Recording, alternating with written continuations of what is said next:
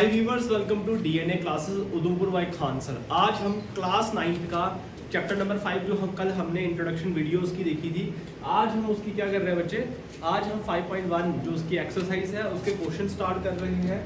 जैसे कि पहला क्वेश्चन क्या लिखा गया है, क्वेश्चन लिखा गया which of the following statement are true. कहते हैं ये जो स्टेटमेंट दी गई है क्वेश्चन नंबर 1 के अंदर, इनमें कौन सी स्टेटमेंट जो है वो ट्रू है और विच आर फॉल्स, कौन सी सही है और कौन सी गलत है, उसमें आपको आंसर बताना। ठीक है, ये आप जिस बच्चे ने इंट्रोडक्शन वीडियो मेरी अच्छे से देखी है वो ये पूरी एक्सरसाइज आराम से ऐसे ऐसे कर सकता है। देखिए, only one line can pass through a single point, हमने ये डिस्कस करा था। एक पॉइंट पे अगर एक पॉइंट है उसके ऊपर आप इनफाइनाइट नंबर ऑफ लाइंस को पास कर सकते हैं। क्लियर है बच्चे? दो पॉइंट के ऊपर नहीं कर सकते, एक पॉइंट के ऊपर आप infinite number of lines draw कर सकते हो। इसका मतलब क्या हो गया? फॉल्स। क्यों? क्योंकि इसने कहा है कि only one line can pass a single point. That is wrong because as infinite line can passes through a single point. आप एक पॉइंट से इनफाइनाइट नंबर ऑफ जो लाइंस है वो क्या कर सकते हो बच्चे? क्रॉस कर सकते हो, जैसे ये एग्जांपल दी गई है। सेकंड है there are an infinite number of lines. कहता है आप इनफाइनाइट का मतलब होता है बहुत सारी लाइंस को पास करा सकते हो दो डिस्ट्रिक्ट पॉइंट से। कल हमने इसके ऊपर बात करी थी इंट्रोडक्शन वीडियो के अंदर कि दो डिस्ट्रिक्ट पॉइंट के ऊपर आप क्या कर सकते हो? आप एक ही लाइन को ड्रा कर सकते हो। देखो ना, ये अगर मैं दो पॉइंट ले रहा हूँ, आप या तो यहाँ लाइन बना सकते हो, यहाँ लाइन बना सकते हो। ऐसा तो नहीं होगा कि ऐसे बना दो कोई दो लाइन, ये तो कर्व हो गई, ये तो लाइन नहीं हुई। तो इसका क्या मतलब हुआ कि आप एक दो पॉइंट के ऊपर एक ही लाइन बना सकते हो, इनफाइनाइट नंबर ऑफ लाइंस नहीं बना सकते। हाँ, अगर एक पॉइंट होगा उसमें आप कर सकते हो infinite number of lines. Okay, clear है? थोड़ा terminate line can be produce, ये भी हमने पढ़ा है। Terminated line can produce itself as both has side. क्या कह रहा है? टर्मिनेटेड का मतलब होता है अगर आप दो पॉइंट लेते हो तो वो जो लाइन है ना वो टर्मिनेट कभी नहीं होगी, इनफाइनाइट नंबर ऑफ चलती जाएगी, जितना मर्जी लेके जाओ उसको, है ना। चाहे कन्याकुमारी से कहाँ ले जाओ, साउथ में ले जाओ पूरा, है ना। कश्मीर से कन्याकुमारी ले जाओ, साउथ से कहाँ ले जाओ, नॉर्थ में ले जाओ। Two we can proceed line on both side. कहते हैं आप उसको प्रोसीड कर सकते हो, आप उसको खींच सकते हो, है ना। क्वेश्चन पार्ट नंबर 4 क्या? If two circle are equal then their radii are equal. कहता है कि अगर दो सर्कल बना लो, दो सर्कल ये बना दिए, दो सर्कल और बराबर सर्कल बनाने हैं, दोनों जो हो वो क्या हो? इक्वल हो। जिनका जो एक सर्कल हो वो दूसरे सर्कल को क्या करे? छुपा दे। कहते हैं दो circle are equal then the radius equal, मतलब कि इनके रेडियस भी क्या होंगे? इक्वल होंगे। अगर दो सर्कल है और दो सर्कल के रेडियस सपोज करो इसका भी 2 सेंटीमीटर था, इसका भी 2 सेंटीमीटर है, तो ये स्टेटमेंट थी कि अगर दो सर्कल इक्वल हुए तो उनका क्या रेडियस भी इक्वल होगा? तो डेफिनेटली होगा भाई। अगर आप दो सर्कल बनाते हो और उनके रेडियस इक्वल हो रहे हैं, अल्टीमेटली वो सर्कल का जो सर्कमफिरेंस है वो इक्वल है। तो टू ट्रू है ये।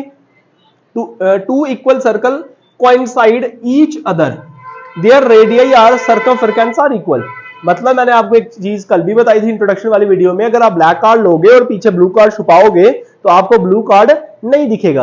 अगर यहां ब्लू लोगे, यहां ब्लैक रखोगे तो आपको ब्लैक कार्ड नहीं दिखेगा। वैसा ही अगर एक सर्कल लेते हो सेम रेडियस वाला, उसके पीछे दूसरा सर्कल रख लो, अगर उसका सर्कमफिरेंस सेम है तो वो क्या स्टेटमेंट, ये स्टेटमेंट क्या हो जाएगी? ट्रू हो जाएगी। फिफ्थ पार्ट है, लास्ट पार्ट है क्वेश्चन नंबर 1 का।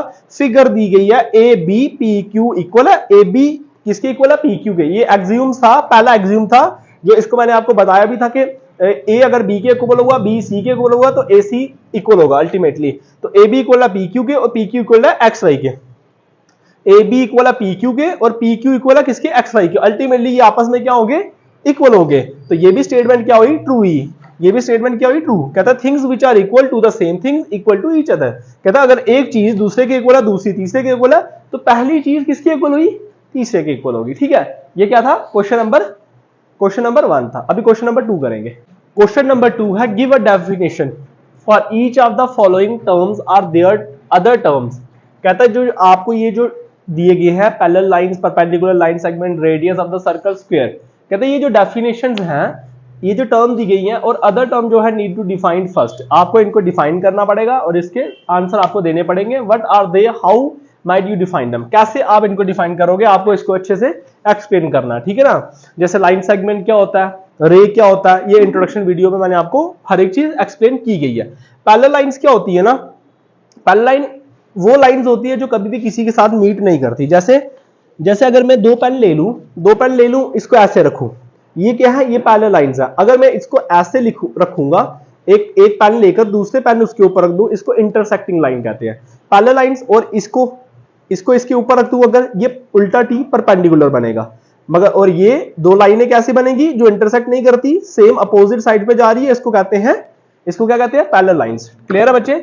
To lines having no common point, जब उनको इंटरसेक्ट ही नहीं कर पा रहे हो आप, तो उनका कॉमन पॉइंट कहां से होगा। क्लियर है ना। कहते हैं वो दो लाइनें जिसका कोई भी कॉमन पॉइंट नहीं हो। देखो इन दोनों का कॉमन पॉइंट दिख रहा है आपको, नहीं है।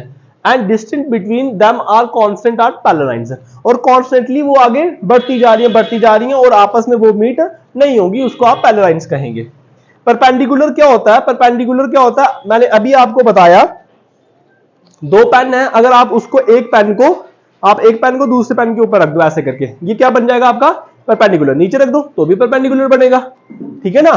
तो उल्टा टी क्या होता है आपका, इस तरह से ये होता है परपेंडिकुलर। कहता है दो लाइनें, जैसे ये एक एंगल बनाया हुआ है ए बी सी, ये दो लाइंस है ना, दो लाइंस। अगर इसको मैं ऐसे करूंगा, थोड़ा सा आगे कर दूं, ऐसे, ये भी तो परपेंडिकुलर ही बन जाएगा ना एक। क्लियर है बच्चे। Two lines which form 90 degree angle, 90 degree angle जो फॉर्म कर रहा है दो लाइनें with each other are perpendicular, उसको क्या कहेंगे, उसको परपेंडिकुलर कहेंगे। फिर क्या आ गया, फिर लाइन सेगमेंट आ गई।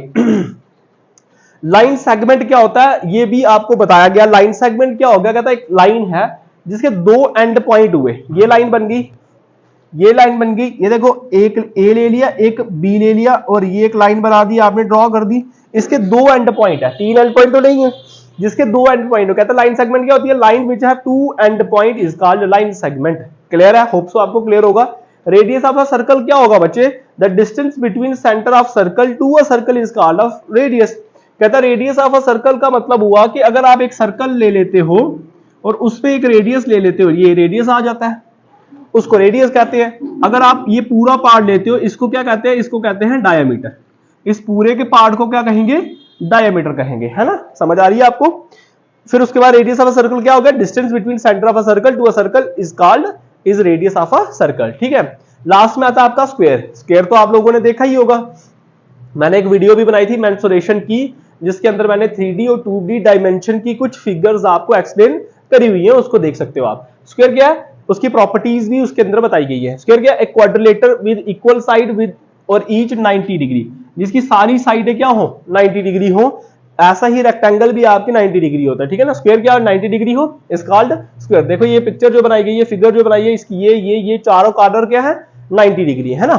आज हमने क्या करा, क्वेश्चन नंबर 1 और क्वेश्चन नंबर 2 करा। अगर आपको सही लगा तो चैनल को सब्सक्राइब करो और शेयर करो। Thank you.